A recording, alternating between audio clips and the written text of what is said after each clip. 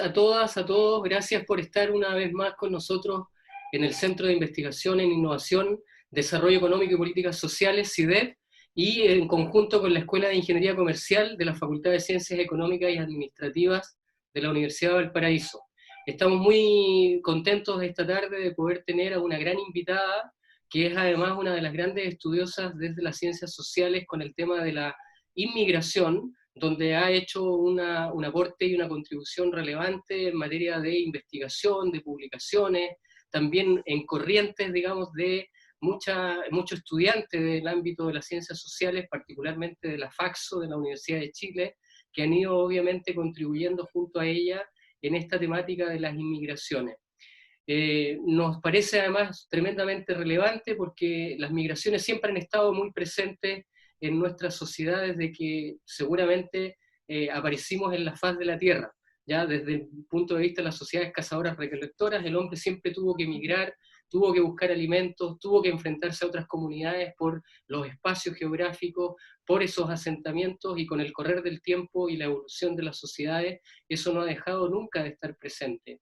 Y por cierto, eso ha generado muchos problemas, ha generado resquemoras, ha generado muchas veces indiferencia por lo que significan esas migraciones en términos de marginalidad, de pobreza, pero también han significado guerra, han significado en el fondo prejuicios, etiquetas, y entonces, ¿quién mejor para hablar de eso que María Emilia Tillú, académica de la Facultad de Ciencias Sociales de la Universidad de Chile? Ya ella es doctora en Sociología por la Universidad de París 8, es socióloga de base, de profesión, ha tenido un carácter además particular, como muchos de los que hemos estudiado en el extranjero, un posgrado, porque efectivamente también ha sido migrante y ha tenido entonces que vivir en carne propia lo que significa eso. Yo en mi caso lo viví también en México, a lo mejor más amistosamente que los franceses, pero en el fondo las realidades a todos más o menos a veces nos toca ser una parte de lo que a veces estudiamos como objeto de estudio, en este caso ser inmigrante, ¿ya? Y bueno, María Emilia hoy día va a trabajar justamente el tema de la inmigración en Chile, lo que significa la inmigración en términos del racismo, en términos de la pobreza y en términos de la convivencia. Y por lo tanto estamos muy contentos de tenerla hoy día entre nosotros.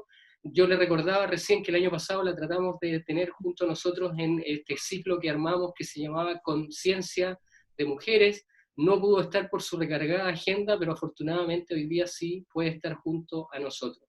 Así que María Emilia, bienvenida.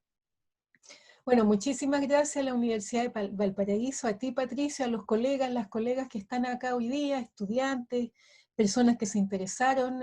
Para mí es un honor siempre poder decir algo, ¿no?, en estos lugares a los que ustedes me invitan, y tengo que partir por un ejercicio de modestia, ¿no?, porque en realidad creo que mientras más el sufrimiento social arrecia hoy día, mientras más las desigualdades supuran con esta pandemia, mientras más el dolor de una sociedad nos toca, tenemos que ser muy cuidadosos, académicos, académicas, de ver el lugar que tenemos en ese campo y que a veces se ve como tan lejano, ¿no?, de la sociedad.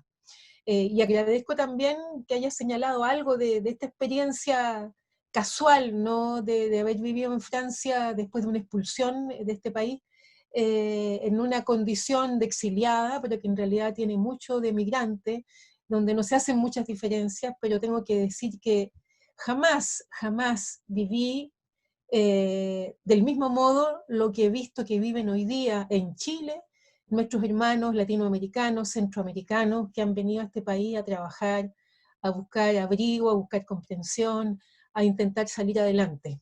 Y en ese sentido, efectivamente, también me considero una privilegiada, no solamente porque vivimos cosas duras también, más de alguna vez nos trataron mal, más de otra vez nos hicieron hacer una fila o pasaron por delante en la fila, pero lo que hemos observado en nuestro país yo creo que es digno de análisis, y por eso que nos hemos preocupado de ir a buscar en un primer momento, bueno, qué pasaba, por qué llegaban migrantes a Chile, cuál era el interés que tenían de venir a este país, y en un segundo momento, qué nos pasaba a nosotros, ¿no?, y a nosotras, con nuestros vecinos, nuestras vecinas, nuestros hermanos, como para tratarlos de esa manera. Y obviamente eso obligaba también a pensar que no es una cuestión solamente contra las personas migrantes, sino también contra los pueblos indígenas que han sufrido el racismo históricamente, y que hoy día nos encontramos en una situación tan dura, tan terrible, de tanto abandono, en donde estamos ahí juntos, diríamos, en el terreno del sufrimiento social, por utilizar un concepto de Emmanuel Renaud y otra gente que lo trabaja desde la sociología. Entonces, para hoy día, relatar algunas cosas generales, ¿no? Siempre van a ser generales, esperando también vuestras preguntas, críticas, sobre todo intervenciones, ¿no? Para un tema tan grande como es las migraciones contemporáneas, las migraciones hacia Chile, hoy día específicamente, y luego decir, bueno, que no tendría por qué haber un lazo entre un fenómeno social como el de las migraciones con un problema tan grave como es el racismo. No tendría por qué haber un lazo entre las dos cosas, y finalmente nos vemos que históricamente así ha sido, ¿no? Entonces, sí, efectivamente, desplazamientos que existen hace muchísimo tiempo, no sé si son como 500 millones de personas las que residen en un país distinto al suyo, o al que nacieron, concentrado aproximadamente creo que en 20 naciones, Estados Unidos siendo la primera, con un aumento en los últimos 15 años que es gigante, ¿no? Y que si ustedes revisan los datos van a ver que cada 6 meses esto cambia, cambia, cambia, porque si hay un fenómeno dinámico es el de las migraciones. Eh, Debido a los patrones migratorios que cambian todo el tiempo, debido también a los desplazamientos que antes eran generalmente del sur hacia el norte, hoy día es del norte hacia el sur, del este al oeste, en realidad se dan por todos lados. Entonces, en este sentido, tratar de ver efectivamente que desde los 90 a Chile han llegado migrantes, ¿no? Y parto por un concepto que también tiene dos caras, ¿no? Que es la cara emigración y la cara inmigración. Un rostro emigración que implica salir obligado, generalmente es muy raro que pensemos en que una persona migrante se va haciendo una planificación, ¿no? O planificando la vida en otro lado, sino que tiene que partir por efectivamente situaciones de pobreza, esa pobreza extrema, persecuciones, guerras, problemas políticos, conflictos, etcétera, que los empujan a salir de su país, y que obviamente en este caso buscaron venir a Chile, porque se les dijo afuera, también según muchas investigaciones que se han hecho, que nosotros mismos hemos hecho, que Chile es un país, o era un país acogedor, un país bueno, nos dice la gente, un país acogedor, ¿no? Un país también que estaba muy bien, económicamente, políticamente, un país seguro. Estamos en los discursos sobre esta acogida de los años 90, incluso los años 2000, ya hasta hace muy poco tiempo atrás, todavía, con un pequeño cambio que en los últimos años se decía que Chile era un país rico, también afuera, ¿no? Se decía en Argentina, se decía en México, se decía en Uruguay, incluso se decía en Europa, que Chile estaba muy bien, por lo tanto había que venirse para acá. Entonces, en ese sentido, efectivamente, comunidades de vecinos, ¿no? Peruanos primero, peruanos, bolivianos, ecuatorianos, en un primer momento, recordando que entre los ecuatorianos vale considerar a las mujeres otavaleñas, y me importa mucho decirlo porque han sido muy maltratadas en Chile, y luego en un segundo momento comienzan a llegar personas de Colombia, República Dominicana, Haití, finalmente Venezuela, considerando también que hay algunas comunidades o grupos de inmigrantes cubanos en el norte, ¿no? Y digo en el norte porque el trato que se les da tampoco es tan bueno, pero a diferencia de cómo se trata a un cubano en Santiago, por ejemplo, para que veamos hasta qué punto son dinámicos los patrones migratorios. Entonces, eso por una parte, y bueno, una vez llegados a Chile, se encuentran entonces con lo que Chile es. Entonces, vamos viendo que nos encontramos en Chile, además, con un problema complicado que tiene que ver con que Chile no fue hasta los 90 un país de inmigración, fue un país de emigración.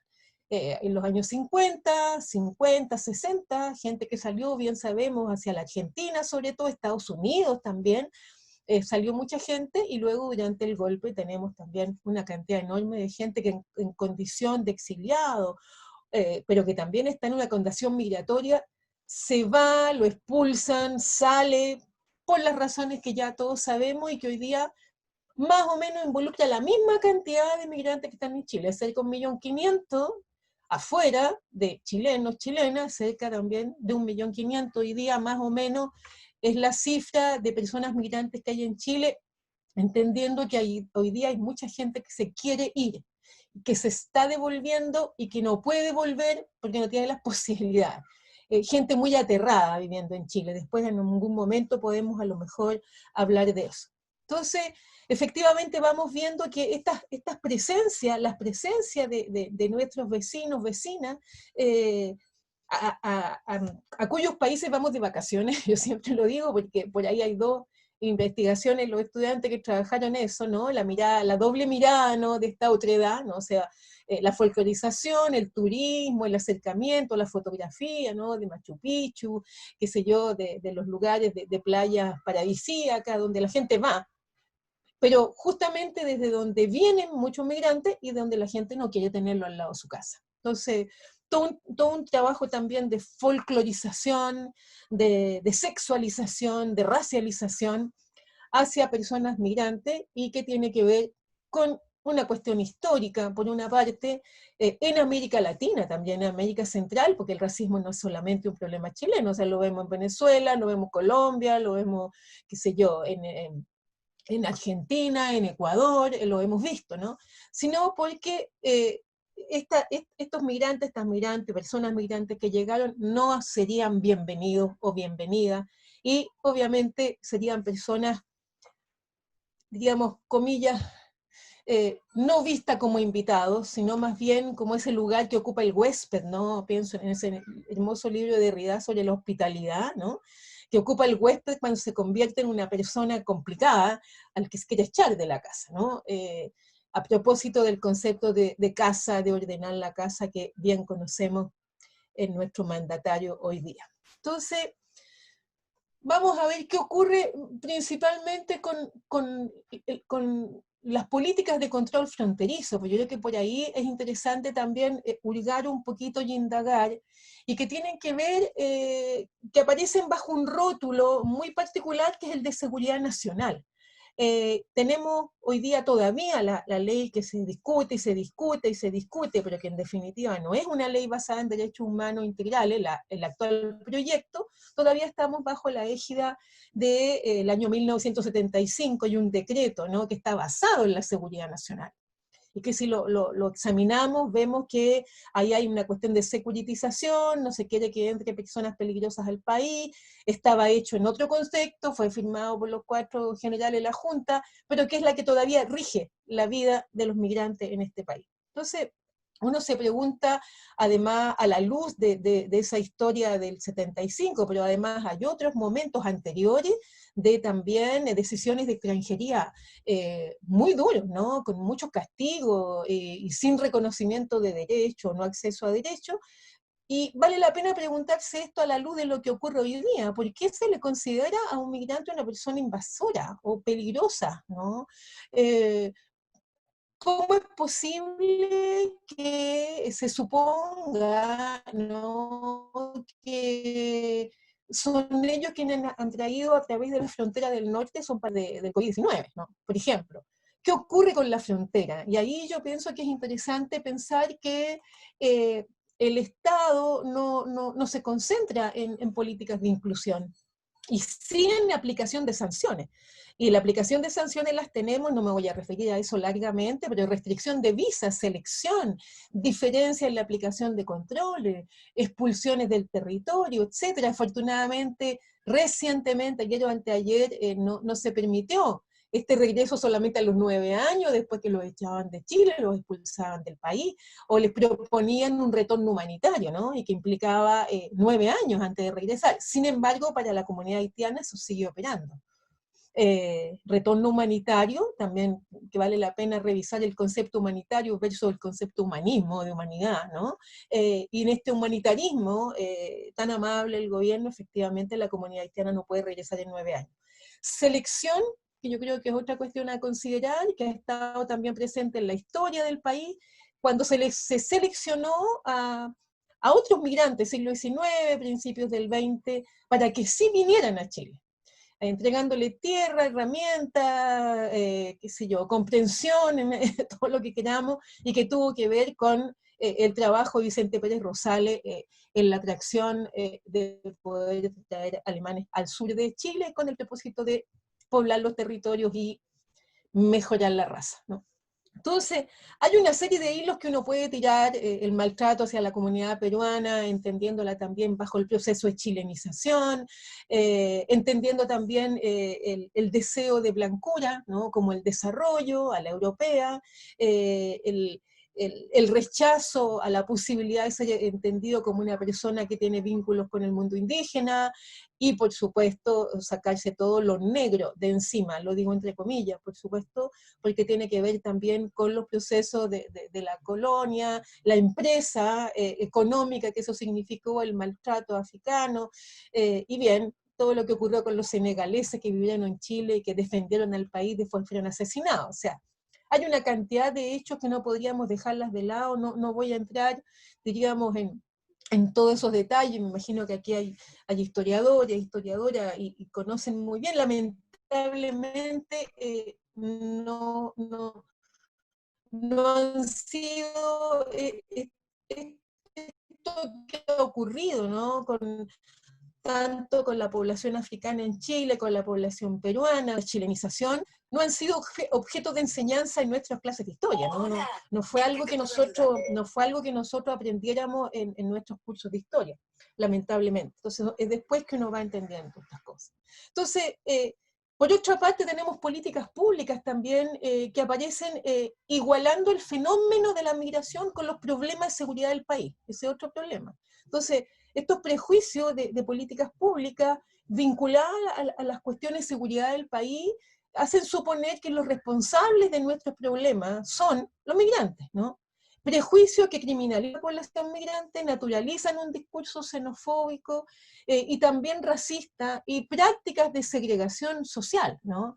Las políticas migratorias tienen en sí una lógica causal que las conecta con lo que podríamos llamar la ficción racial, ¿no? Y aquí una ficcionalidad, ¿no? que respalda las políticas estatales en estos procesos de selección, etcétera, ¿no? Entonces, allí yo creo que hay unos giros que uno puede hacer a textos tan interesantes como los de Balibar y Wallerstein, ¿no? Sobre nación, raza, clase, en donde efectivamente hay un problema de, comillas, la identidad nacional, ¿no? que está tan bien trabajada por la raíz, ¿no? Y que hay una suerte de interés de procurarse ficticiamente, podríamos decir, un origen identitario que produzca cohesión, que produzca unidad, que produzca aquello que planteaba Foucault, que permita defender en la sociedad de sus males, ¿no? Y en eso yo creo que hay algunas claves donde uno puede recabar algunas cuestiones que tienen que ver con estas prácticas y estos prejuicios racializantes que normalmente lo que nosotros hacemos, además de, bueno, de examinar la historia, de examinar también los procesos de higienización, incluso en Chile, ¿no? Y de persecución al mundo más pobre en este país, tiene que ver con sobre todo con políticas, ¿no? Con políticas de Estado, y, y preguntarse cómo explico estos prejuicios racializantes. Y nosotros lo hacemos desde lo que denominamos el racismo cotidiano, porque nos ha parecido interesante trabajar las interacciones y sobre todo ver cómo se vinculan chilenos con inmigrantes, chilenas con inmigrantes, de qué manera se organizan esos encuentros, buscar cómo los procesos de estigmatización se insertan en los procesos de racialización, ¿no? Al igual que los procesos de sexualización, por ejemplo, con las mujeres y con hombres que son usados o que son llamados o que son capturados solamente por el interés que pueden tener para la entretención, el erotismo o la sexualización pura y dura, ¿no? Entonces, en ese sentido, me parece que es bueno darse algunas vueltas con tanto las teorías, uno podría decir, de la interseccionalidad, por una parte, que nos permiten también ver cómo se cruza clase, nación, raza, muy entre comillas, porque, bueno, todos sabemos que no existen, pero que sin embargo son un marcador y que produce el racismo. Bueno, yo también una discusión no se sabe bien si el racismo produce a la raza o al revés, hay ahí distintos puntos de vista, pero sobre todo que veamos de qué manera en este racismo cotidiano que tiene que ver con el gesto, con la corporalidad, con el trato, con la forma de los encuentros. Goffman nos ayuda mucho, por ejemplo, en entender lo que implica esta producción de estigma, el migrante como un estigma, el migrante mismo, ¿no? Y por otro lado, también pensar a la luz de lo que dan las entrevistas, las conversaciones o los encuentros, que tenemos muchos a ese propósito, lo que señala Simmel cuando habla de este lugar particular que tiene, comillas, el extranjero, que implica una distancia, ¿no?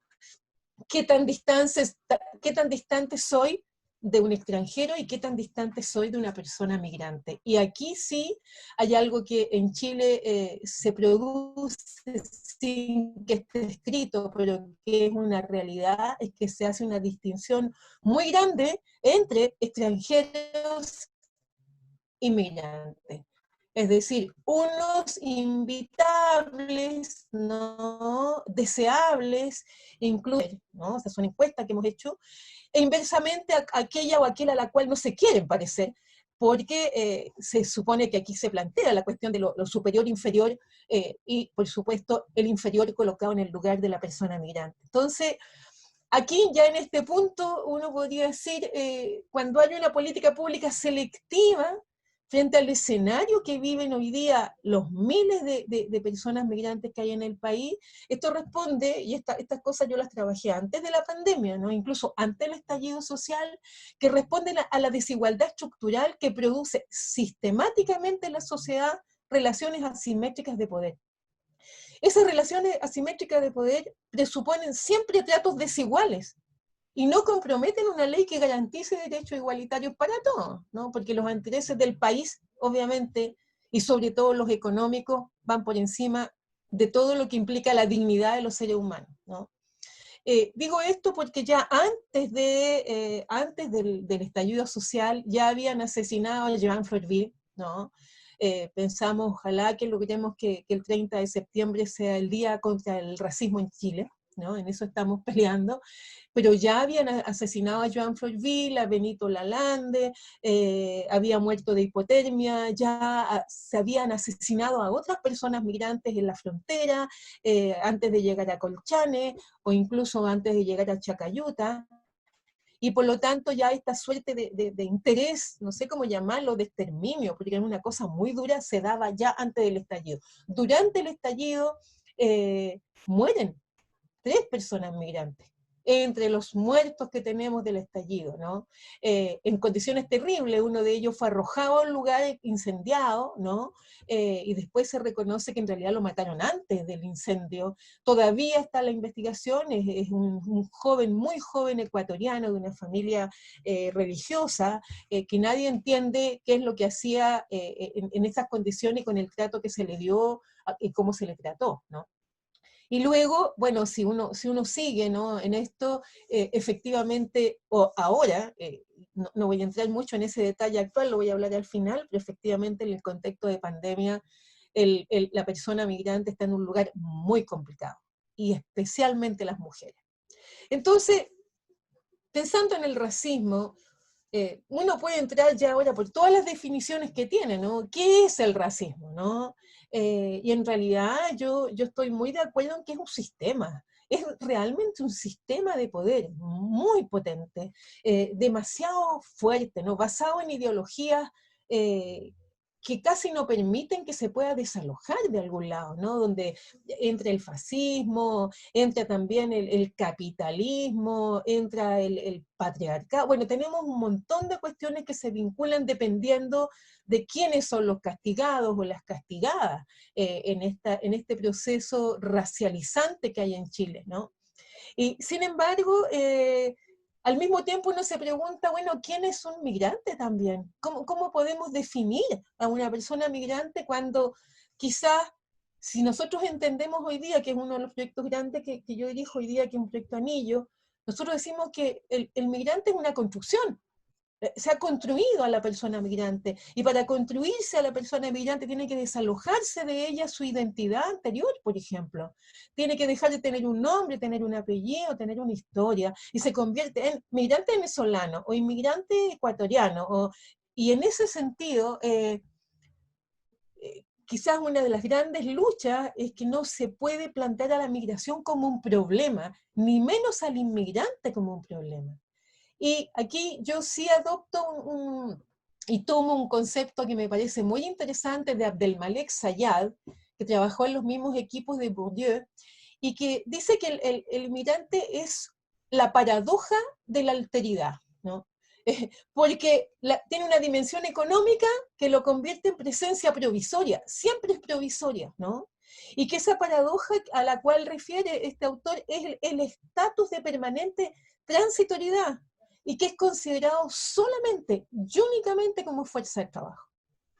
Es decir, no es nada más que fuerza de trabajo para lo que sea, ¿no? A tal punto que en una encuesta nacional que nosotros hicimos para el INDH en el 2017, veíamos que existen nichos laborales, ¿no? Que inmediatamente ustedes los pueden vincular a una nacionalidad, ¿no? Algo así como, ¿dónde trabajan las personas de Perú? Y uno puede decir en tal, en tal, en tal lado, y en ninguna otra parte, ¿no? O quién es una persona de Colombia y se le adjudican inmediatamente determinadas características. Es decir, eso de ser fuerza de trabajo es porque ahí también, siguiendo a Sayad, la persona migrante es fundamental y esencialmente un trabajador. Y esto me parece súper interesante porque efectivamente hace parte de la clase trabajadora, posicionado en la parte más baja. Obviamente, si pensamos un poco en dónde colocamos, ¿no? A las personas que han llegado de otros países en condición migratoria, diciendo que la condición migratoria los posiciona diferencialmente en el campo de la sociedad chilena, ¿no? Y puede que personas que llegaron de Perú hace tiempo atrás un poquito hayan subido porque tuvieron, qué sé yo, fueron cuentapropistas o tuvieron 2 centros de llamado. Bueno, hoy día se desmorona completamente y vuelven otra vez a un lugar de mucho maltrato, sobre todo cuando desean volver a su país porque quedaron cesantes trabajando en Chile, no tienen dónde vivir y están en las puertas de la embajada.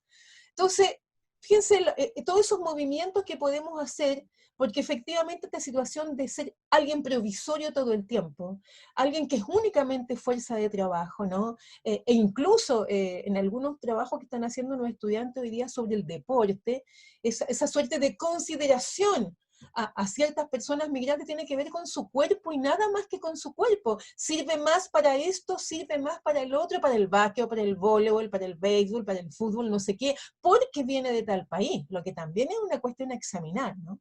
Entonces, ¿qué le pasa a la persona entre el miedo a ser expulsado y el miedo a saber si su presencia ya no es útil? ¿Qué es lo que va a hacer? Entonces, efectivamente, en esas condiciones, vamos ahora a que lo que le pasa a los chilenos, el fenómeno migratorio provoca incertidumbre, provoca temor, provoca inseguridad. Tiene que ver también con el hecho de que las rutinas chilenas se han visto, quizás no ahora, porque hoy día están interrumpidas por todos lados, pero se vieron interrumpidas por la llegada de personas migrantes a las que no se quería necesariamente que vivieran acá. Porque vuelvo otra vez a este ideal de la blancura y a este ideal del deseo del cuerpo blanco. Eh, en algunas cosas que hemos hecho es muy divertido ver cómo la gente reacciona cuando le preguntamos qué diría si su hija es novia de un suizo, ¿no? Y la gente reacciona inmediatamente de cierta manera cuando le preguntamos si su hija le dice que es novia de una persona de Haití. La reacción es completamente distinta, incluido gente muy cercana a uno, ¿no? En donde efectivamente la cuestión de la negritud sigue siendo un problema. Sigue siendo un problema, digo problema entre comillas, para Chile. Entonces, ¿qué implica pensar a la migración? ¿Qué decimos cuando pensamos a la migración? Y aquí Sayat dice algo bien interesante, dice, es cuestionar al Estado, cuestionar sus fundamentos, cuestionar los mecanismos de estructuración y de funcionamiento. Interrogar al Estado a través de la migración implica rehistorizarlo, implica sacarlo de sus casillas, de cierto modo, ¿no? Para colocarlo en el lugar que debería estar. Porque ¿quién dice que en un país solamente vive un solo tipo de gente? ¿No? Es absurdo. Entonces, si cuestionamos el Estado, en ese cuestionamiento se revela un poco la cuestión del orden social o del orden político. Entonces, no podemos hablar de la migración desalojada de la cuestión de las clases sociales. No podemos hablar de la migración lejana a lo que es el mundo del trabajo, lejana a lo que es la explotación. En la actualidad, específicamente yo estoy trabajando ahora, ¿no?, con un grupo de fiscales, son casi puras chicas, mujeres muy jóvenes, que son del Ministerio Público, porque hay trata laboral de migrantes en nuestro país, en los valles del Elqui, en el valle del Limarí, en el valle de Azapa, en el valle del Yuta, en los valles del sur, en la región del Maule, hay trata laboral de migrantes actualmente. Y la gran preocupación que tenemos hoy día, ante un contexto de pobreza que va a llegar a la miseria, ¿qué va a pasar con la trata? ¿Va a aumentar? ¿O va a haber más competencia de personas de nuestra ciudad de Santiago que van a tener que irse al campo a recoger frambuesa porque no hay pega en Santiago? ¿Va a haber allí una disputa respecto a esos trabajos ultra precarios? Son cosas que uno se pregunta hoy día, ¿no?, ante la situación actual de la pandemia. Entonces, eso por una parte, ¿no? No me quiero alargar tanto, pero sí me interesa hablar un poco de la ficción racial, porque mucho que es interesante esta cuestión de la ficción racial y del lugar que ocupa la raza, para que todos los chilenos digamos que somos blancas y que somos blancos. Y lo decimos todo el tiempo, impúdicamente, sin tener un trabajito para mirarnos al espejo un rato, que en realidad no es así, ¿no? Que tenemos 40 y tantos por ciento sangre indígena, casi un 5% sangre negra en nuestras venas. El librito se llama El ADN chileno. Es de una colega de la Universidad de Chile. ¿Qué nos pasa y por qué decimos y aseguramos eso con tanta propiedad? Y aquí, claro, cuando hablamos de somos blancas o blancos, no hablamos de una cuestión pictórica o una cuestión cromática, es una diferencia que señalamos de superioridad racial. Nos sentimos racialmente superiores a los demás. Y digo racialmente entre comillas, porque lo vinculo inmediatamente a algo que es muy común. Cuando decimos que somos blancos o blancas, es porque le proporcionamos a los niños y las niñas un lápiz que se llama color piel. Eso es. Y en esas cajas de lápices de colores todavía existe ese lápiz de color piel y no hemos hecho absolutamente nada. Una cuestión nueva, porque cuando yo estaba chica eso no existía. Y pintábamos mezclando café con naranja, rosado con verde, no sé qué, pintábamos la cara de la gente mirándolo a usted, entonces yo decía, medio rosado, pinto así. ¿Qué es el lápiz color piel? La piel únicamente puede ser rosada, ¿no? Incluso hay una serie de memes que hemos trabajado que dice, todas estas mujeres no se pueden pintar el pelo porque son negras, o son mulatas o son morenas. El pelo solamente se lo pueden pintar la gente clara o de pelo más claro, ¿no? Entonces, hay un ejercicio, ¿no?, aquí que implica preocuparse de lo que es un estereotipo. Yo creo que es interesante el concepto estereotipo también, porque el estereotipo que nos permite ver cómo el estereotipo se vincula con lo que es la normalidad de la población, con los normales, diría Foucault, o qué sé yo, quién está en el lugar de los normales, diría Goffman, y todos los demás no lo serían, ¿no? Porque tienen ese estereotipo, y un estereotipo es una cuestión, como señala por ahí Lipton, hay otro, Lippmann, ¿no? Una idea puesta en la cabeza es una idea puesta en la cabeza que la hago funcionar como verdad, entonces ya ahí no estaríamos en una cuestión puramente pictórica, porque cuando atamos y vinculamos el color de piel a características culturales, psicológicas, sociales, para caracterizar lo bueno o lo malo que abre el imaginario que nos hace, voy a citar a una persona que me dijo, somos mejores, somos más limpios, más cuidadosos, más decentes y más educados. Puntitos, puntitos, así somos los chilenos. Cierre comillas. Fíjense todo lo que somos.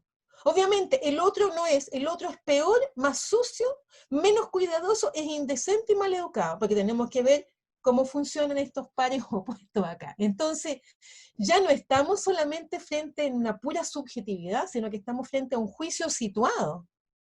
Diría Bourdieu, un juicio de gusto. ¿no? Si queremos ir más allá para establecer las distinciones y lo que luego de manera muy alegre se habla como diferencias, ¿no? Y decimos, respetemos la diferencia, etc. Aquí me detengo un poquito para decirles que de las últimas investigaciones que no hemos terminado, por eso no puedo entregar resultados hasta que no las terminemos, hemos estado trabajando con profesionales de la salud y lo que se denomina competencias culturales, que nosotros terminamos diciéndole competencias tienen que ser interculturales, porque si son culturales, obviamente voy a encontrar siempre que el otro, la otra, que lo construyo como tal, no tiene mis competencias porque no es chileno o no es chilena, salvo que sea sueco, francés, inglés, incluso argentino, costarricense, brasilero e incluso mexicano, dependiendo si es indígena. Ahí se le trata de otro modo, ¿no? Estoy pensando en cosas que hemos hecho. Entonces, ¿qué es lo que hemos visto allí? ¿Ah? No solamente, y no voy a hablar solamente diciendo que las personas tratan bien o mal, sino que tenemos tan alojada esta idea de que nuestros modos de hacer las cosas son los correctos, ¿no? Que decimos cosas como la siguiente. Las haitianas no saben tener apego. Bueno, ya peleemos con el concepto de apego, que todos sabemos que es un concepto terrible. ¿Quién tiene apego con su hijo, no? ¿Quién le otorga más tiempo? ¿Quién lo acurruca de determinada manera? ¿Quién lo amamanta de determinada manera? ¿Quién lo considera de determinada manera? Cualquiera menos algunas migrantes. Sobre todo las negras. ¿Pero quién les dijo eso? Efectivamente, y pienso en Joan Florville de nuevo, porque era desapegada, por eso que entregó su hijo, su hija la dejó tirada, pero nadie se puso a pensar cuál es la cosmovisión de la vida en Haití. ¿Cómo son los lazos de las personas con sus niños y sus niñas? Son iguales a las nuestras, no tienen ninguna diferencia. ¿De dónde sacaron eso? Entonces hoy día, en esa suerte de acusaciones generalizables, ¿no? Ocurren cosas muy complicadas. Hay, no tengo la cifra exacta, pero deben ser más de 2000 y tantos niños y niñas hijos de inmigrantes en Sename, por decisión discrecional de una trabajadora social o una dupla psicosocial, ¿no? Que decidió que esa madre no podía educar a ese niño y por lo tanto, junto con la policía, generalmente un psicólogo o psicóloga o un médico, deciden que el niño debe ser trasladado a esa institución denominada SENAME, ¿no? Entonces, el racismo opera de una manera muy cruel, ¿no? Sobre todo con las comunidades afrodescendientes. Y aquí lo digo con mucha propiedad. Si bien en los años 90, cuando yo hice los primeros trabajos con los migrantes peruanos, también ellos fueron muy maltratados y muy maltratadas en los 90.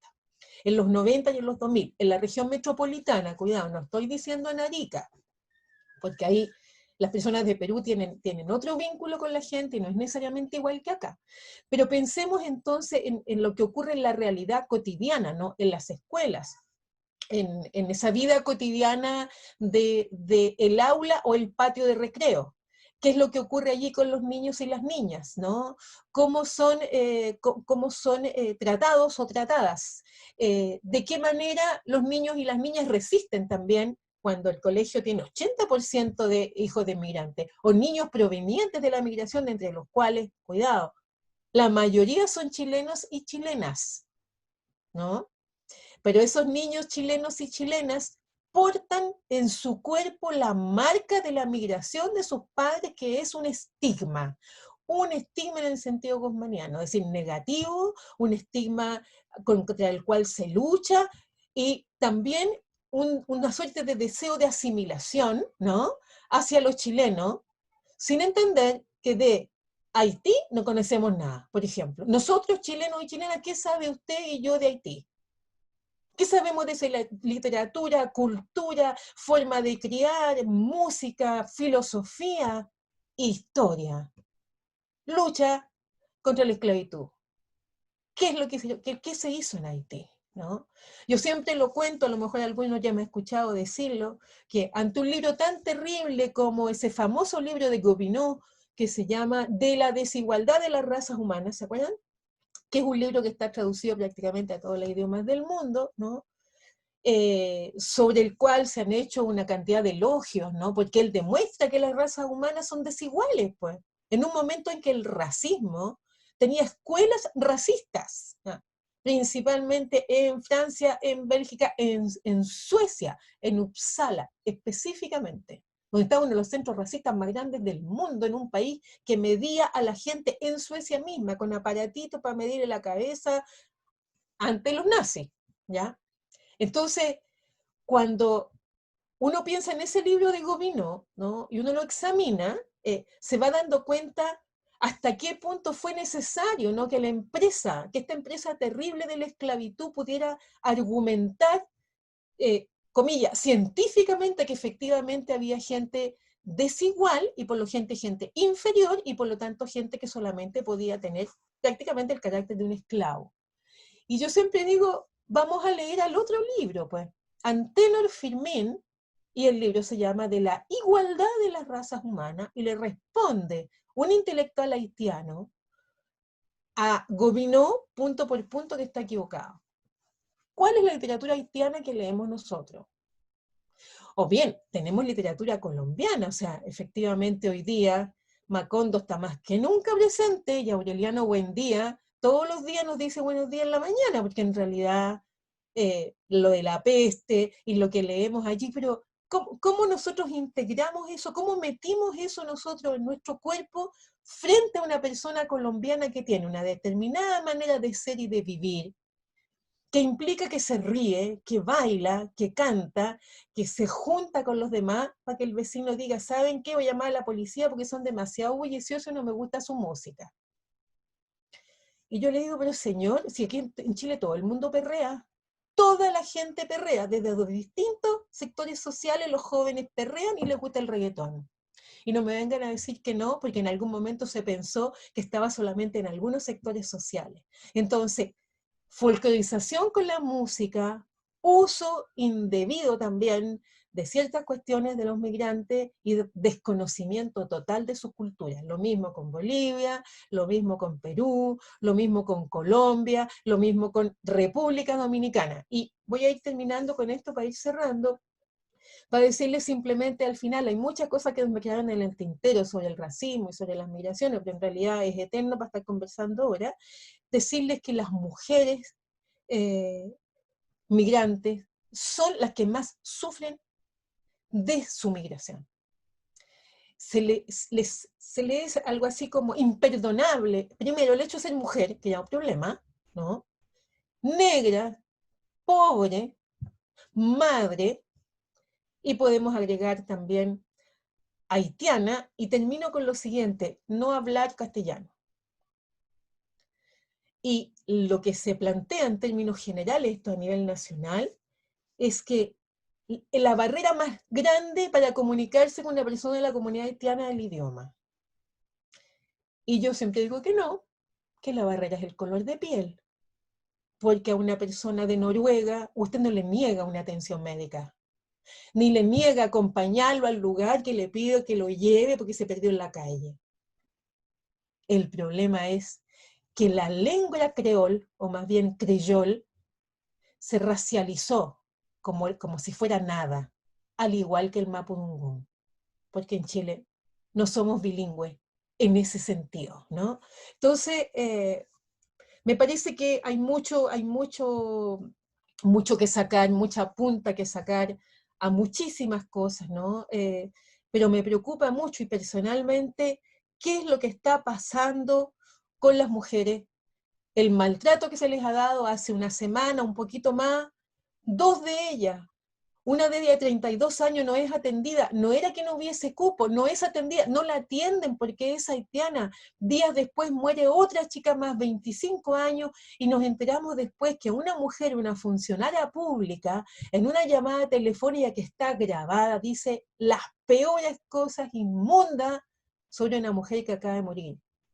Y sobre eso no hay juicio, no hay castigo, no hay ninguna ley que permita que hagamos algo. Estamos hoy día trabajando en la ley antidiscriminación para ver si le hacemos unas modificaciones, pero saben que al interior de la ley eh, antidiscriminación, está la palabra raza de nuevo, cuando es una de las peleas más grandes que tenemos hoy día para sacarla de una vez por todas, con todos los imaginarios que eso implica.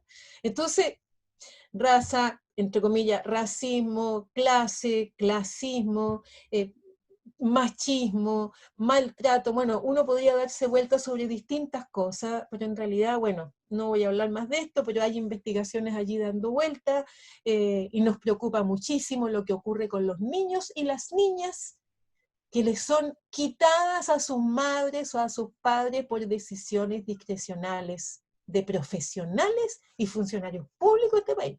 Funcionarios y funcionarias públicas, que a lo mejor, cuidado, lo pueden hacer con la mejor voluntad del mundo, cuidado, porque eso hay que decirlo muy seriamente, porque no hay ni cursos, ni ramos en las universidades, ni voluntad para que el 1,5 millones de inmigrantes que viven en Chile hoy día sean comprendidos por la sociedad chilena, porque no sabemos nada o muy poco o demasiado poco sobre ellos y ellas.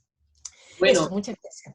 gracias María Emilia, ¿no? Excelente repaso por autores, por perspectivas justamente de lo que han ido pasando en nuestro contexto chileno en los últimos 35 años, donde se ha intensificado mucho esta corriente, como dices tú bien, de inmigración.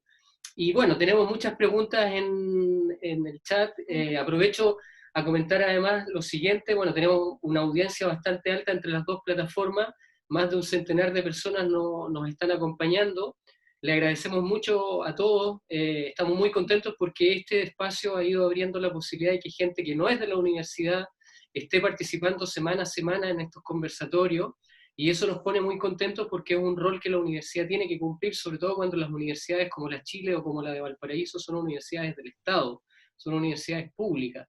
Entonces estamos muy contentos por eso. También estamos contentos porque, por ejemplo, en el YouTube nos escriben desde el campus San Felipe, el campus de medicina, de salud, donde hay justamente dos compañeras migrantes de Venezuela que están diciéndonos que están contentas de que se esté hablando de este tema, porque nosotros también en la universidad, me imagino que también pasa en la Universidad de Chile, tenemos muchos colegas de Venezuela, de Colombia, de Uruguay, de Argentina, de Estados Unidos, de Canadá, y por lo tanto en ese sentido las universidades también han sido un buen espacio para comenzar a abrir el tema de la migración como un punto relevante de discusión, de debate. Así que estamos muy contentos. Y por último, bueno, tenemos muchos estudiantes de la Universidad de Valparaíso de distintas facultades, eso también es un motivo de alegría. Tenemos muchos colegas también de arquitectura que vi por ahí, tenemos otros colegas de fonoaudiología, bueno, y los colegas de la Facultad de Economía también que nos acompañan en esta tarde.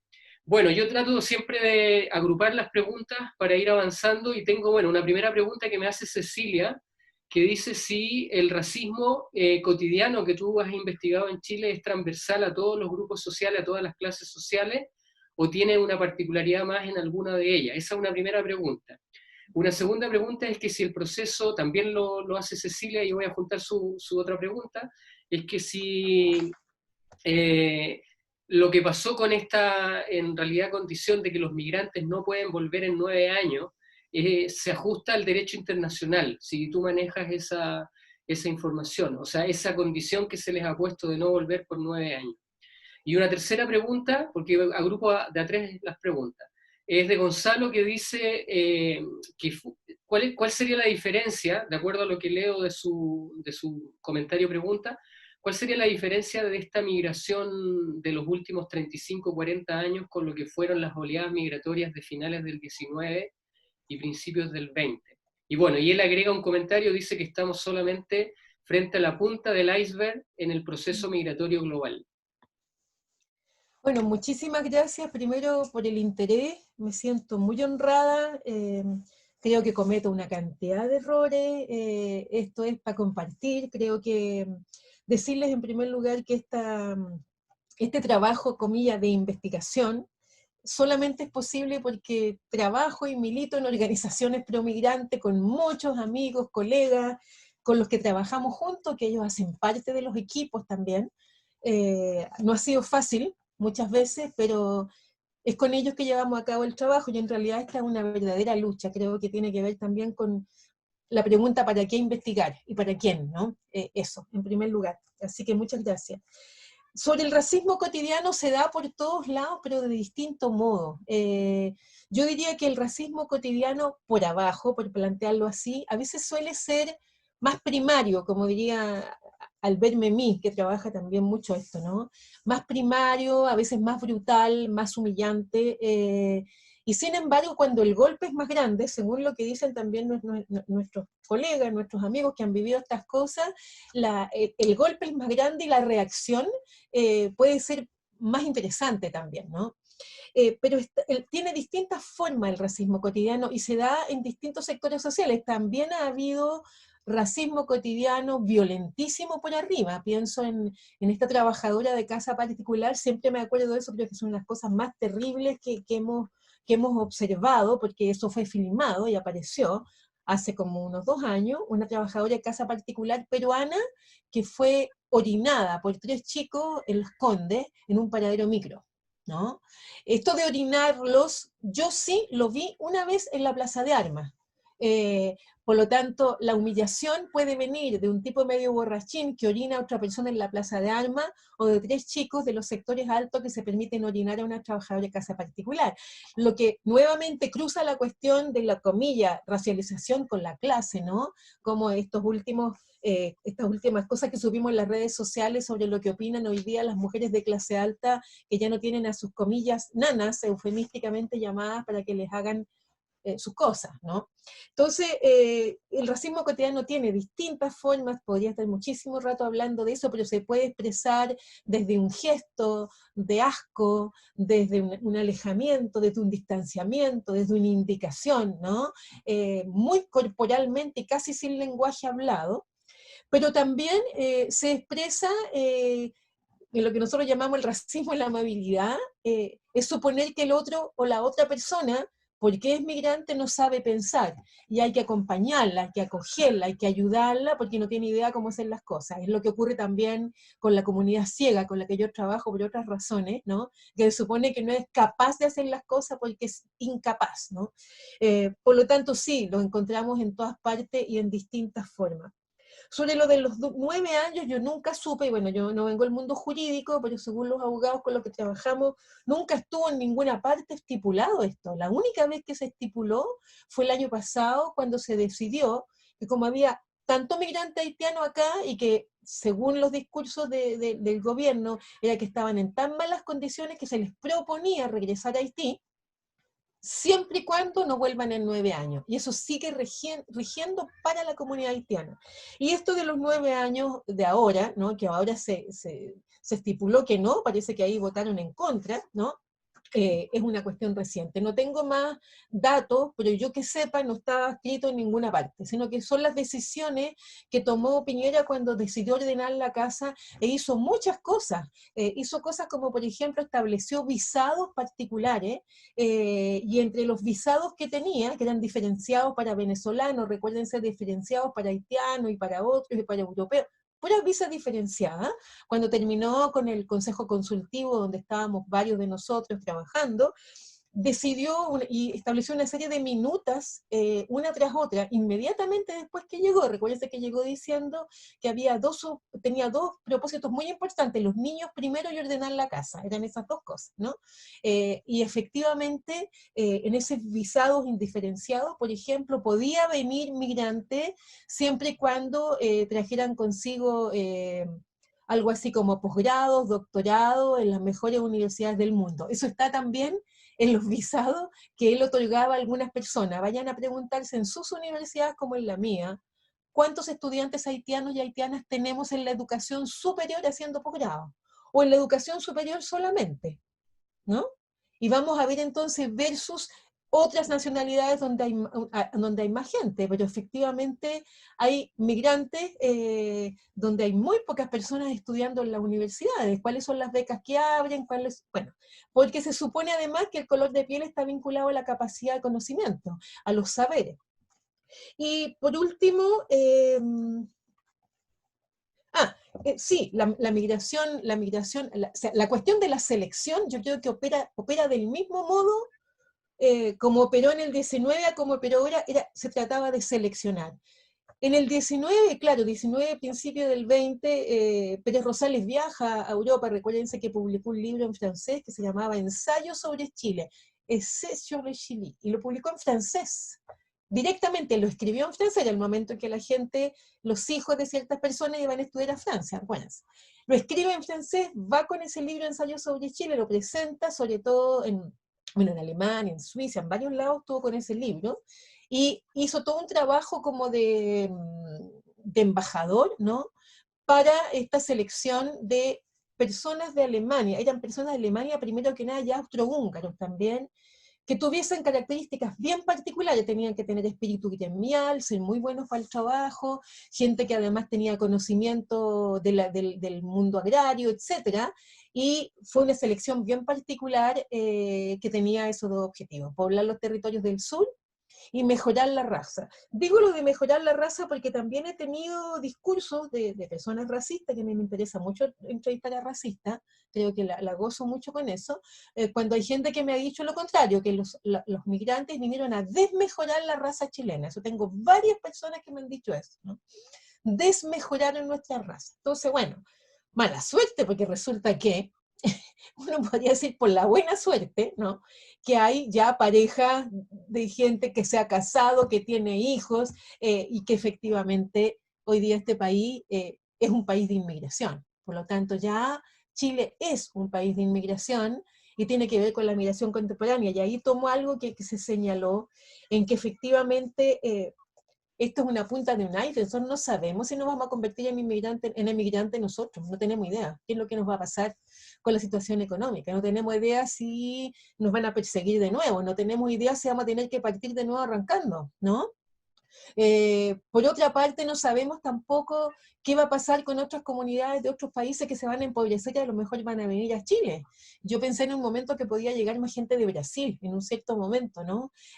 No tenemos idea quién va a ir para dónde y por qué. Solamente pensar que cuando se tiene la condición de migrante, el viaje de un migrante es un viaje terrible, peligroso, duro, triste. Y bueno, una de las cosas que estamos trabajando hoy día tiene que ver con la nostalgia y lo que es la nostalgia del migrante. Y lo trabajamos a partir de la noción del viaje. Y yo siempre pregunto, cuando usted se fue a estudiar afuera, ¿qué puso en su maleta? ¿Qué metió en su maleta cuando no podía llevar más que 22 kilos? Mucha ropa, muchos libros, o la foto de la familia, el regalito de los hijos. ¿Qué es lo que llevó, no? Bueno, una persona migrante que llega a Chile no puede hacer esas cosas, tiene que traer una valija o una maleta que se parezca a la de un turista común y corriente, porque si lo pillan con esas cosas, efectivamente no lo dejan pasar. La frontera de nuevo y la prohibición de vivir en Chile según la discrecionalidad de la persona que atienda ahí. Gracias, María Emilia.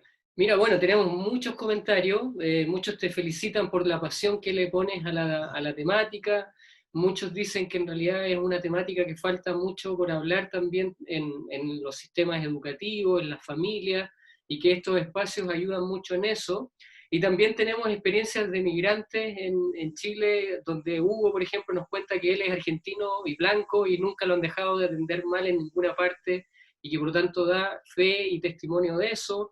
Ivy, que es la compañera venezolana del campus San Felipe de la Salud, cuenta que efectivamente también eso es un punto no menor en los estigmas que se van produciendo. Y también, por ejemplo, Javiera nos cuenta algo a propósito de las experiencias de violencia, donde dice que no tan solo la experiencia es en la parte del espacio físico hacia las personas migrantes, sino que también inclusive se da en lo virtual, donde ella dice que la revista Curiche, por ejemplo, sufrió un ataque la semana pasada de descalificaciones a los compañeros afrodescendientes en una presentación que se estaba haciendo ahí.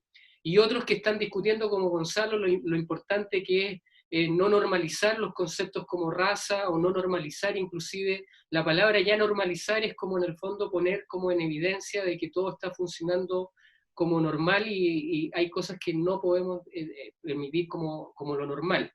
Y frente a eso hay otras tres preguntas que he agrupado. La primera es justamente una pregunta de Ivy, que es esta compañera venezolana del campus de la salud de San Felipe, donde dice que a ella también lo que le ocurre es como lo contrario, de cómo los migrantes también comienzan a estigmatizar al chileno, y que por lo tanto el racismo es un proceso como de ida y vuelta. ¿Cómo lo visualizas tú en lo que has ido estudiando?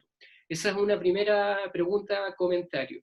La segunda es de Carlos, un profesor de acá de la Escuela de Ingeniería Comercial, y él dice, a propósito de lo que ha ido pasando en los últimos 30 años con los migrantes, tenemos un problema claro y evidente que la pirámide nuestra está invertida. Cada vez tenemos más población pasiva y menos población activa, y de alguna manera, si fuera mito o realidad el proceso de traer migrantes para poder en el fondo ser un activo que luego nos solucione el problema de los pasivos.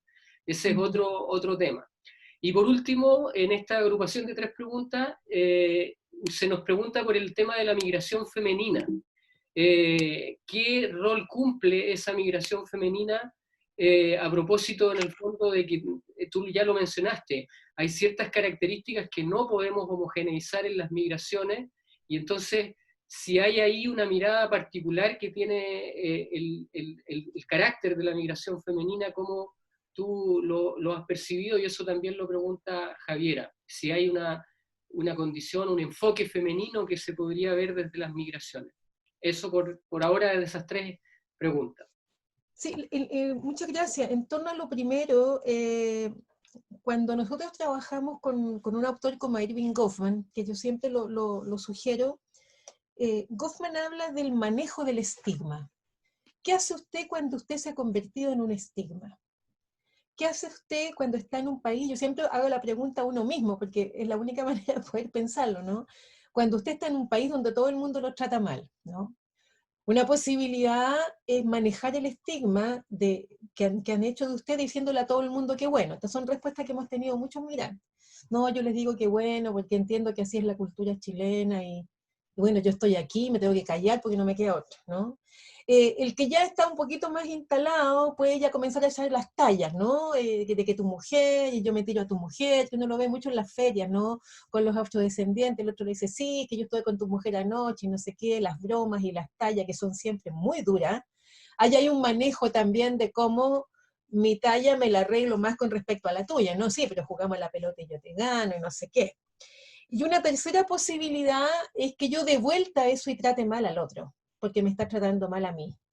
En algunos trabajos que hemos hecho que son entretenidos, incluso nosotros les preguntamos cómo nos ven a nosotros, ¿no? Eh, Personas migrantes de distintos lados, y por ejemplo, entre las cosas, bueno, a lo mejor no nos dicen todo, obviamente, pero como tenemos colegas migrantes y colegas que son de esos países, que no son colegas migrantes, son mis colegas que vienen de distintos países, ellos les dicen lo que a mí no me dicen, ¿no? Y nos encuentran fome, nos encuentran feo, no sabemos bailar, no sabemos amar. En un trabajo que yo hice sobre sexualización y racialización hace algunos años, trabajé mucho en los cafés con piernas, trabajé en los lugares de baile, donde hacen clases de baile. Entonces, era en realidad fundamentalmente la mujer o el hombre, mulato, mulata, fundamentalmente, que eran como objetos de deseo, ¿no? Había un trabajo muy vinculado a la sexualización, pero también al erotismo, al deseo, lo que nosotros llamamos el deseo del negro o la negra propia. Para mí, ¿no? Ahora sí puedo tener uno para mí sin que nadie lo sepa, ¿no? Entrevistamos a muchos clientes en los cafés con piernas, fuimos a los cafés con piernas que tenían, era el café con piernas abierto, como el café Haití, el que tiene el semicerrado con la mitad de la puerta cerrada, y nosotros nos interesamos en el que tenía vidrios completamente empavonados, que era muy raro porque no íbamos a meter igual, y yo decía que quería un café, ¿no? Y conversábamos mucho con la gente, los chicos con los clientes, y efectivamente allá aparecía, ¿no? Esta condición tan interesante de este deseo de ese cuerpo, y las chicas en alguno de los cafés donde yo estuve una vez, la chica le decía que no al tipo, yo volvía de nuevo, estaba el mismo señor, y él le daba 10.000, y ella le decía que no, y me decía, mira, yo en una semana tengo ya, chica, más de 150.000 pesos, pues decirle que no, no. En ese contexto, efectivamente hay podríamos llamarle una estigmatización del chileno que juega al revés de lo que a uno le hacen, ¿no? Y que tiene que ver también con lo que a uno le pasó afuera. Ahí sí yo me acuerdo, ¿no? Del letrerito, un chileno, qué sé yo, si roba su cultura, no le haga nada, qué sé yo, o los chilenos conocidos como ladrones, o ladrones de cartera, o ladrones de celulares, o ladrones de cosas en las casas, me acuerdo. Oye, pero en mi casa no te voy a sacar nada porque algunos vienen para acá y me llevan las cosas, me sacan un monito, me sacan no sé qué, y entonces, claro, venía entonces esa bronca con los franceses para decirles cosas. Un poco juega en ese sentido, ¿no? Lo segundo, sobre... Espérate. Espérate, la segunda era Carlos. Sí, sobre el tema de los pasivos y los activos, que si, Ah, sí, si es mito o realidad. que tiene que ver con la producción de niños, en realidad. Ujú. Por supuesto, o sea, una de las cosas que se le critica, por ejemplo, a las migrantes haitianas, que es lo que yo no entiendo, ¿no? Es que tienen muchos hijos, pero vienen aquí a puro parir. O sea, yo tengo muchas frases de eso, de matronas, médicos, enfermeras, vienen a puro parir. Eh, y yo siempre les preguntaba, pero qué interesante, porque en Chile a lo mejor no hay tantos niños, o sea, va a ser bueno que haya más niños, ¿no? Y después, bueno, hay silencio generalmente, o bien, sí, pero no, no queremos cualquier niño, pues.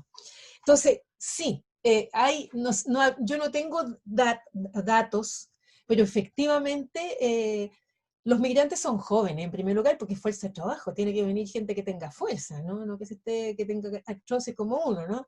Tiene que venir gente que tenga fuerza, que sea capaz de portar, lo digo porque hemos estado presentes también cuando en algunos casos los, comillas, contratan y les preguntan, a ver, súbete ese saco, ya, el otro, altero, rapidito, ya, tú te quedáis, tú no. O sea, hemos estado muchas veces presenciando esas cosas, las vimos en el norte, las hemos visto en el sur y en Santiago, que me hace pensar en un capítulo de El Capital, tomo uno, libro uno, por si pueden ir a ver lo que se llama La Jornada Laboral, de Marx, donde Marx hace entrevistas y pregunta lo mismo, ¿cuánto carga para entender lo que es la fuerza de trabajo? Entonces, efectivamente son jóvenes. Y tienen niños como cualquier persona, pero solamente ellos y ellas quieren formar una familia también, porque lo único que tienen es esa familia, no tienen abuelos, no tienen redes, hoy día no cuentan con tíos o con primos, y la familia es tener hijos para consolidar y armar una familia. Eso es muy también común en los migrantes. Yo creo que usted tiene mucha razón en lo que señala. Y luego sobre las mujeres, creo que es un tremendo aporte. O sea, creo que las mujeres migrantes, la migración no se feminizó tanto como en el periodo que llegaron los migrantes peruanos. Recuérdense que las mujeres que venían de Perú llegaron generalmente solas, fue muy duro para ellas, porque muchas se vinieron solas, dejaron a sus hijos y sus hijas allá y se venían como trabajadoras de casa particular, obviamente, aunque fuera enfermera, profesora. Pienso en los trabajos que hicimos en la famosa iglesia italiana, y lo digo públicamente porque no tengo ningún empacho en decirlo, donde estas monjitas acá de la iglesia italiana les daban formación y les enseñaban, tenían unas clases para enseñarles a barrer, a limpiar el suelo, a limpiar la cocina y a ser buenas nanas, textual, ¿no? Entre las mujeres que llegaron de distintas profesiones. Muchas de ellas, yo trabajé con una colega que es ingeniera, que fue empleada de casa particular, trabajadora de casa particular por lo menos durante 6 años, ¿no? Y vivió infierno, ¿no? En distintas partes donde estuvo. Le tocó, entre otras cosas, ir a la playa de uniforme, por ejemplo, en el verano, ¿no? Con el paraguas para cuidar a la jefa. Entonces, creo que en la cuestión de las mujeres, hay varias cosas. Una que tiene que ver con los saberes que traen muchas mujeres, sobre todo pienso en saberes, voy a decir, como, no sé cómo decirlo, pero en saberes para cuidar el cuerpo. Alimentación también. Eh, Formas muy prácticas que lo he visto en las ollas comunes ahora, sobre todo en Alto Hospicio y en Antofagasta, de cómo economizar. Ellas encuentran que nosotros no economizamos mucho, que somos poco económicas para cocinar, por ejemplo, y que podríamos hacer las cosas de otra manera. Bueno, hay mucha enseñanza, y bueno, muchas profesionales también que han llegado. Ahora, yo no sé si podría hablar de algo así como un espíritu femenino de las migraciones, pero sí que creo que puedo hablar de eso respecto al sufrimiento de las mujeres migrantes en Chile, que es muy particular. Su condición de mujer y de migrantes las coloca en un lugar muy peligroso. Y hoy día, si pensamos en la irregularidad, que no la he nombrado, la condición de irregular, te mantiene en permanente peligro que te quiten los niños. O sea, ser irregular y tener niños chiquititos, cuidado, porque la gente, como hay gente que desea adoptar, en gente que desea adoptar, eso trabajo no lo hice yo, sino otro estudiante que se metió por ahí, a la gente le gusta adoptar negritos, textual. Sobre todo si son bebés y chiquititos, bien chiquititos, ojalá recién nacidos. Entonces imagínense lo que eso puede significar, ¿no? Y bueno, pienso también en las mujeres venezolanas, que han montones de profesionales, gente con unos conocimientos increíbles, y además, como por ahí decían recién, la manera de vincularse con los demás, el modo de relacionarse y de interactuar, es de una extrema amabilidad también. Lo que en algún momento, cuando las cosas estaban antes de la pandemia, diríamos, hay mucha gente que trabajó en atención de público, en lugares donde efectivamente, comillas, los clientes se sentían muy bien recibidos, etcétera, por personas de Venezuela y de Colombia, y que hoy día, bueno, muchos han quedado sin trabajo, pero siempre pienso, ¿quién le viene a dejar a usted las cosas a la casa en estos momentos? ¿Quiénes son los que vienen? ¿No? ¿Quiénes son las que vienen? ¿Cómo lo atienden? ¿Cómo la atienden? Y ahí hay que observar qué hacen chilenos y chilenas al respecto, que generalmente no saludan, no dan las gracias, y la gente eso lo ve y se da cuenta. Y nosotros somos vistos como personas maleducadas, en realidad, para muchas personas migrantes. Bueno, muchas gracias. Y ya para ir cerrando, tenemos, bueno, muchos comentarios positivos de la exposición, que ha sido muy interesante, que alimenta mucho lo que significa conversar sobre estos temas, porque cada vez es una fuerza que tiene el tema de la presencia migrante. Y entonces ahí hay una pregunta que se hace por parte de Cristian: ¿cómo educar para erradicar el racismo? ¿Cómo en el fondo generar condiciones culturales que permitan en el fondo que el racismo ya vaya un poco siendo cada vez más limitado? Porque tú lo has expuesto muy bien, es un fenómeno no nuevo, es un fenómeno ya casi centenario el tema del racismo. Hubo, como dijiste bien, escuelas que se formaron bajo esa perspectiva. Y entonces Cristian pregunta ahí cómo hacer eso, y eso lo refuerza Danilza, lo reafirma Ana, lo reafirma Marena, donde han aparecido muchos colegas y mucha gente que está participando en esta tarde, donde nos dicen que son de Brasil, de Colombia, de Venezuela, y que ellos han visto que a veces ellos no tienen tantos problemas porque a lo mejor su color de piel no es negra, sin embargo tienen sí amigos y colegas de acá que han sufrido justamente los ataques del racismo, del maltrato. Entonces, ¿cómo, sumando la pregunta de Cristian, cómo hacer? ¿Qué principios tú, de acuerdo a lo que has estudiado, consideras que debiera considerarse como para poder llevar a cabo justamente una buena educación en ese sentido? Y en ese sentido también es como Luz también nos apunta lo mismo, que dice: yo en realidad he visto la misma situación, soy colombiana y el racismo es algo que me cuesta pensar cómo cambiarlo, dice ella, ¿ya? Y por último, si tú crees que hay una cierta condición, que es otra pregunta, si hay una condición de negocio con respecto al tema de los migrantes, sobre todo pensando en las visas especiales que a veces se tienen, que muchos de los profesionales tienen que dar pruebas especiales, que a veces están solamente monopolizadas por una universidad, que en este caso es la Universidad de Chile, por ejemplo, para los casos de la revalidación de un título. Entonces, ¿cómo ves ese fenómeno que también raya a veces entre el no respetar los derechos, pero también el buscar una ganancia económica fácil muchas veces? Porque ya hemos tenido estadísticas que no dejan de ser sus buenos millones de dólares lo que aportan los migrantes cuando solamente pagan una visa, por ejemplo. ¿Ya? Y yo me aprovecho como para preguntar y decirte rápidamente algunos de los mitos que, sobre todo en los últimos 4 o 5 años, han andado rondando por ahí y son respuestas más o menos rápidas.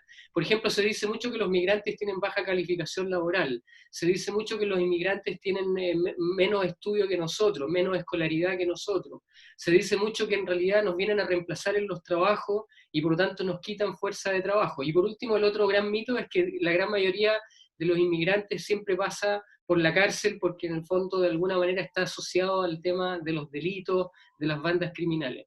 Eso. Bueno, parto por el final para decir que son puros mitos, está comprobado que eso es al revés. Tienen más años de estudio que nosotros, hay una gran cantidad de profesionales con una o dos profesiones, incluso estudio de posgrado. Hay un 0, no sé cuántito por ciento de delitos cometidos por personas migrantes versus una cantidad gigante de migrantes que han sido, contra los cuales se han cometido delitos, asesinato, asalto, abuso, estafa, violencia de todo tipo. Hace unos días atrás le cortaron la oreja con un hacha a un trabajador haitiano, hace, no sé, 3, 4 días. Entonces, esos son puros mitos. Bueno, lo otro es que sobre lo que tú señalabas, de lo que yo he estudiado, la verdad con lo que he estudiado no he aprendido mucho. ¿Eh?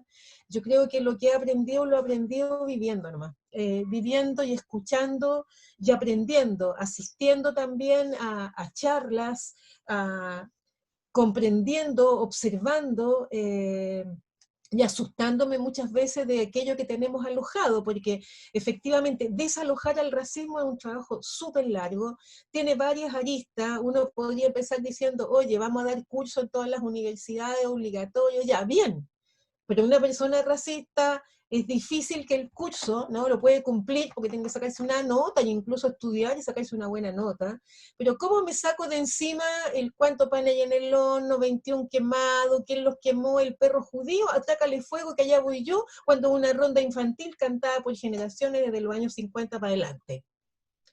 Hay que luchar contra la configuración de la belleza rubia, alta, europea, contra los cuentos de niños y de niñas que vienen del Renacimiento. Hay que buscar en lo nuestro, no lo digo con un interés nacionalista, porque para nada, pero hay que buscar en los cuentos incas, los cuentos mayas, los cuentos mapuches, los cuentos para los niños, ¿no? Educar en la casa, decirle a un niño cuando tiene una referencia que pueda parecer racista porque lo escuchó en otra parte, o sea, en la casa en primer lugar, ¿no?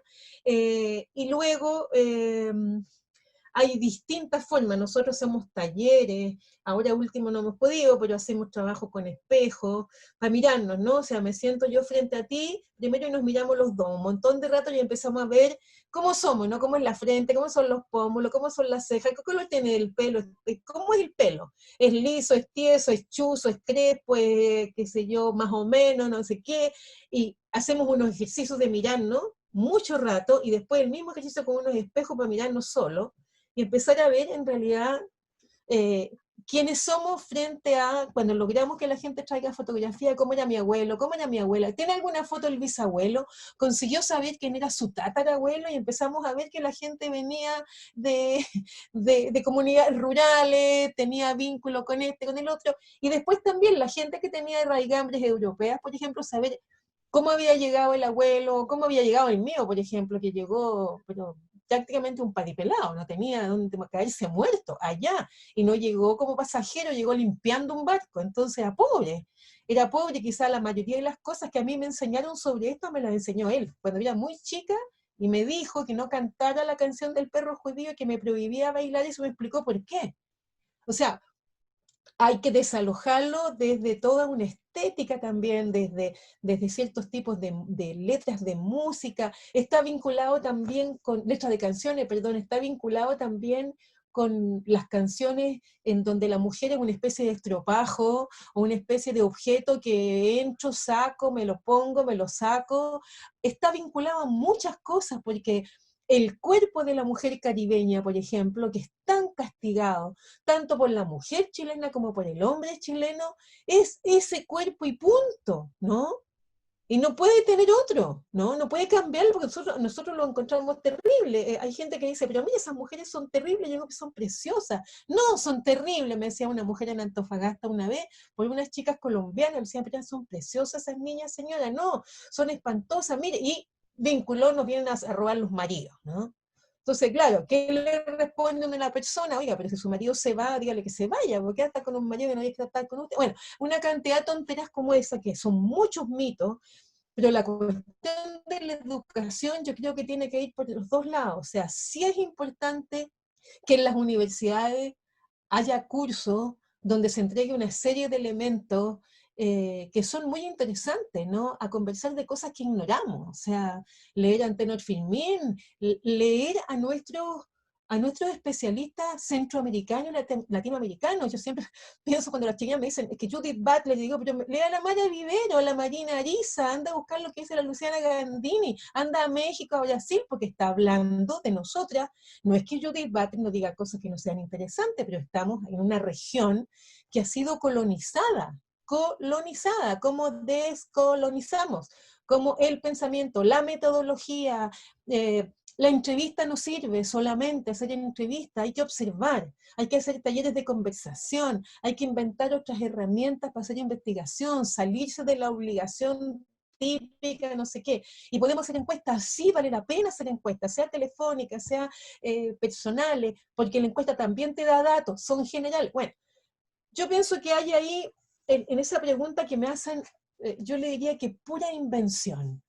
¿Cómo educar contra el racismo? Primero estando convencido y convencida de que el racismo es una cosa terrible, es un sistema de poder siniestro. Hay que tratar de hacer todo para que terminemos con eso, pero inventando lo que usted considere en su región, porque a lo mejor lo que hace en Valparaíso no lo va a hacer igual que en Arica, no lo va a hacer igual que en Punta Arena, donde hubo un asunto de trata de migrantes haitianos recientes, metidos debajo de unos nylon en Punta Arena, pero estaban en Puerto Natales.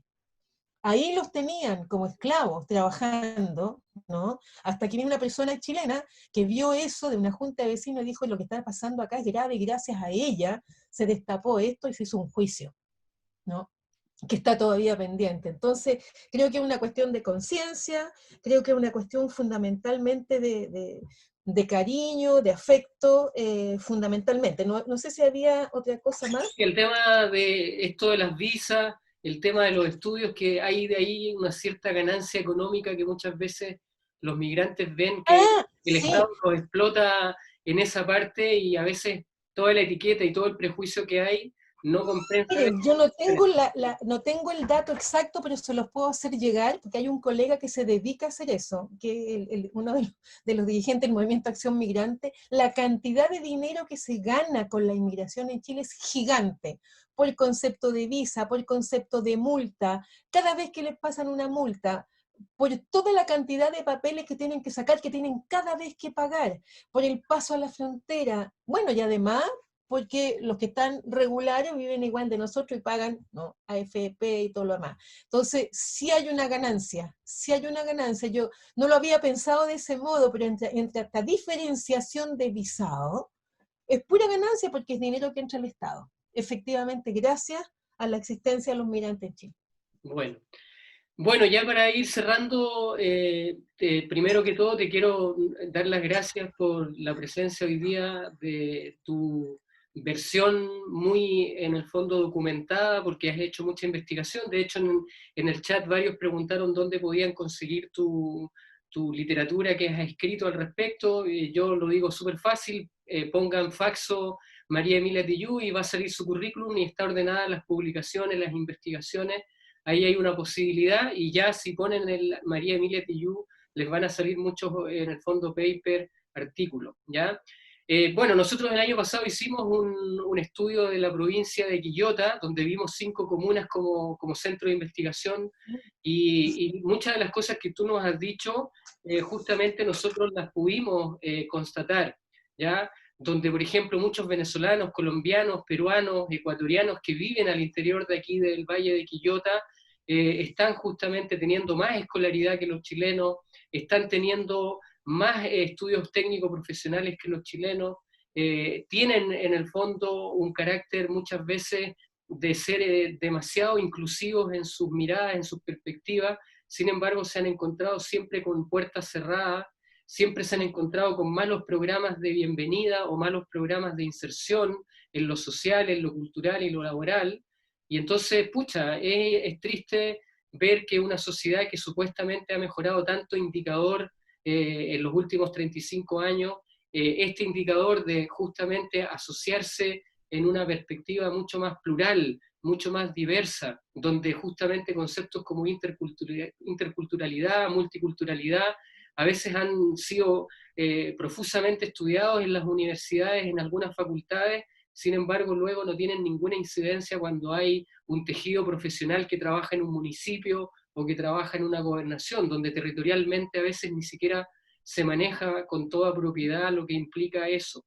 Entonces, a mí también me hace mucho eco y mucho sentido todo lo que nos has contado esta tarde como director de un centro de investigación donde estos temas nos interesan de sobremanera porque son temas que están ya presentes, ya en forma estructural en nuestra sociedad. No es algo que vino para quedarse, o sea, no es algo que vino y se fue, sino que es algo que ya está y está aquí entre nosotros y ya nosotros lo vemos además proliferando. Tenemos una cantidad de comidas muy importantes que ya se han incluido en nuestras dietas, muchos productos que se han incluido en nuestras dietas, está lleno de buenos restaurantes de comida peruana, de comida colombiana, de comida andina. Entonces hay ahí una serie de aportes y contribuciones que también tenemos que ver que los inmigrantes nos han ayudado a nosotros también a mejorar nuestras propias condiciones como sociedad y como cultura. Y por lo tanto ahí hay un proceso de convivencia que tenemos que cada día estar, como dices tú, siendo muy inventivos para mejorar esos procesos de vinculación. Bueno, antes de cerrar, te quiero dejar con un profesor que se va a despedir en nombre de la directora de la Escuela de Ingeniería Comercial, pero que no pudo estar, pero que dejó a alguien en su nombre para poder darte un saludo. Y Carlos Vázquez, que es profesor de la Escuela de Ingeniería Comercial, un profesor muy querido, te va a decir unas palabras de cierre. Carlos. Muchas gracias, Patricio. María Emilia, felicitaciones antes que nada, muy clara tu exposición, muy rica, muy valiosa. Nos abre muchas perspectivas de lo que nosotros normalmente estamos acostumbrados. O sea, nos hace ver un problema de muchas más aristas de las que uno pensaba. Creo que tu exposición debería haberse llamado Migración en Chile, Racismo, Pobreza y Convivencia y etcétera, porque en realidad abordaste tantas temáticas que enriqueciste mucho tu trabajo. En representación de la profesora Tania Jakasovich, que es la directora de la escuela, te doy las gracias y, por supuesto, Patricio, que encuentro que esta convocatoria que tiene tu trabajo, la diversidad de personas que hay acá, enriquece mucho, mucho, mucho, mucho la presencia de la profesora María Emilia Tilló. Muchas gracias en nombre de Tania y muchas gracias, Patricio. Profesor, muchísimas gracias por sus palabras. Yo me siento muy honrada, siento que tengo esa tremenda suerte también de poder comunicarme con ustedes, de haber tenido, estoy aquí con los chats y veo una cantidad de personas que también que vienen de Venezuela, que vienen de otros países, que les ha tocado llegar a este país. Yo estoy segura, tengo la completa seguridad que, por ejemplo, el hecho de estar en esta pandemia terrible hoy día ha abierto ciertos cierres que había, ¿no?, de solidaridad. Y tomo aquí el concepto de solidaridad en la más durkheimiana, ¿no? Y que tiene que ver con la construcción de lazos sociales para poder vivir juntos, que es la gran pregunta que también se la hacen, ¿no?, sobre la vida, la vida buena, la hacen también muchos pueblos indígenas. Si nosotros logramos vivir juntos entre todas las distinciones que tenemos como sociedad chilena, y hemos logrado, qué sé yo, la felicidad de anoche, por ejemplo, la de hoy día o la de otros momentos, cuando nos han hecho daño, ¿cómo no va a ser posible compartir esta forma de vida con quienes están también sufriendo? Pero creo que hay algo que sí es importante que quiero señalar, es que lamentablemente todavía, en nuestros sentidos comunes, en nuestras leyes, en nuestras instituciones, la persona migrante no está en igualdad de derechos. Lo digo muy sinceramente, no está, está por debajo de nosotros. El día que consideremos que la persona migrante no se llama migrante, se llama María Isabel Martínez, se llama, qué sé yo, los nombres de acá, Danilza Granados, ¿no? Se llama con un nombre y apellido, tiene una historia, tiene una madre, un padre, una región, una felicidad en su país, y la consideremos como nosotros. No tenemos por qué presentar a la persona que presentamos como una persona migrante. Yo presento a mi colega, que se llama Jean-Claude Pierre, trabaja conmigo. Punto. Cuando logremos sacar el concepto de migrante de nuestra cabeza y consideremos que la persona es un uno igual que yo, vamos a haber hecho el ejercicio, yo creo, de aplastar bastante al racismo, pero estamos lejos de eso. Para eso pienso que hay que considerar a cualquier persona que haga parte de nuestras organizaciones sociales. Me recuerdo que en el periodo de los cabildos, ¿no? Sí, invitamos a unos migrantes, decía, pero ¿cómo me dices eso? Invitaste a tu vecino, a tu vecina, porque vive al lado, ¿no? Y tiene nombre, mi amigo, no digo él tanto, él tantito. Y eso sí, yo creo que una educación contra el racismo implica mirarnos nosotros primero ir a buscar aquello que hemos querido desechar de nuestra historia, ¿no? Y hoy día la sociedad chilena está compartida por muchas personas, que es lo que cuando hace Piñera dice chilenos y chilenas, pero si aquí vive un montón de gente más, tiene que dirigirse a las personas que habitan en Chile, que viven y trabajan, sobre todo.